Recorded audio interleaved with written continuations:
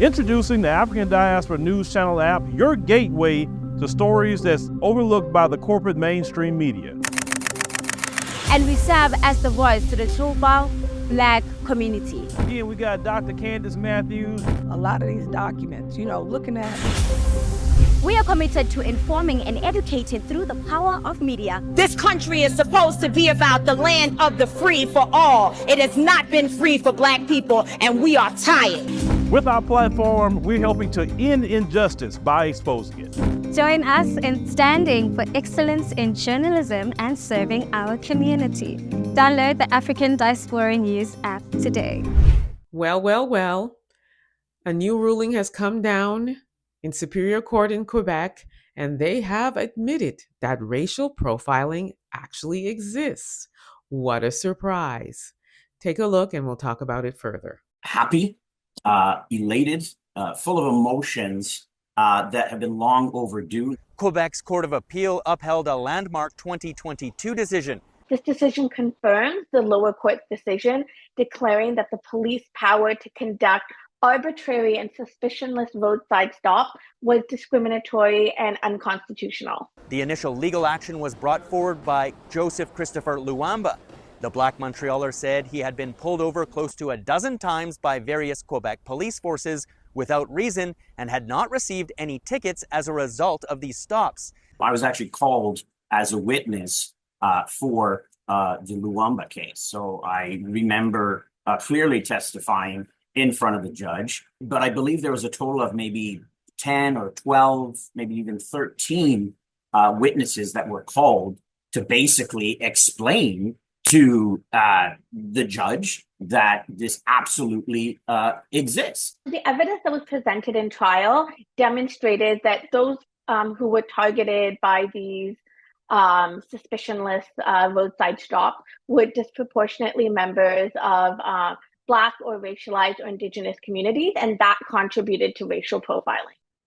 Now, every single elected official, municipal, provincial, and federal, should be commenting or adding comments to this exceptional ruling.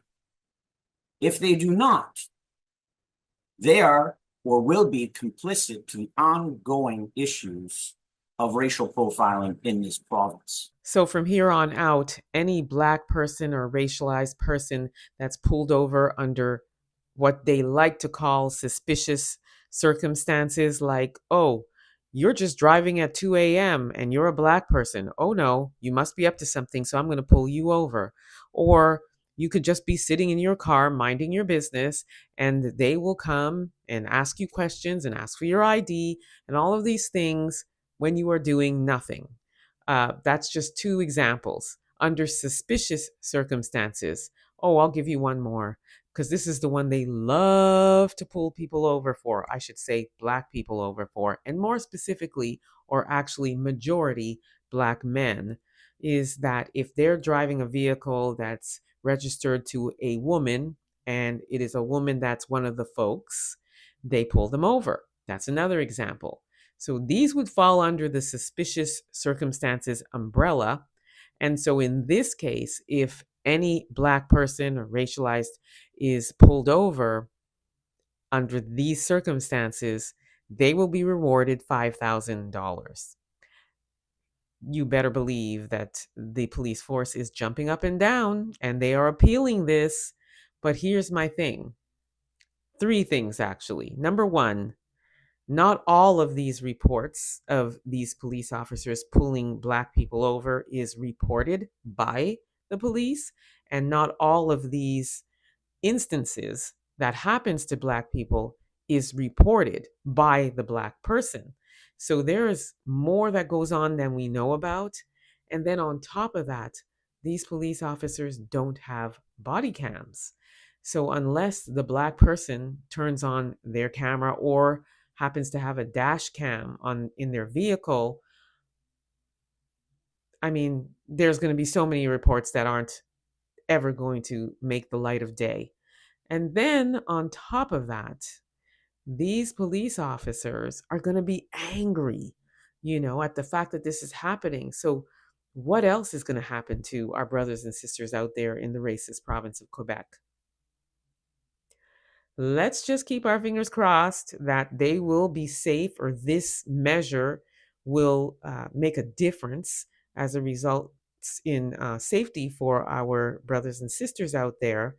And we do have these wonderful organizations like the Red Coalition. You just heard from one of the executives of that organization. His name is Joël de Bellefeuille, and he is also holding a lot of people accountable, as you can hear at the end of his at the end of this video and his commentary.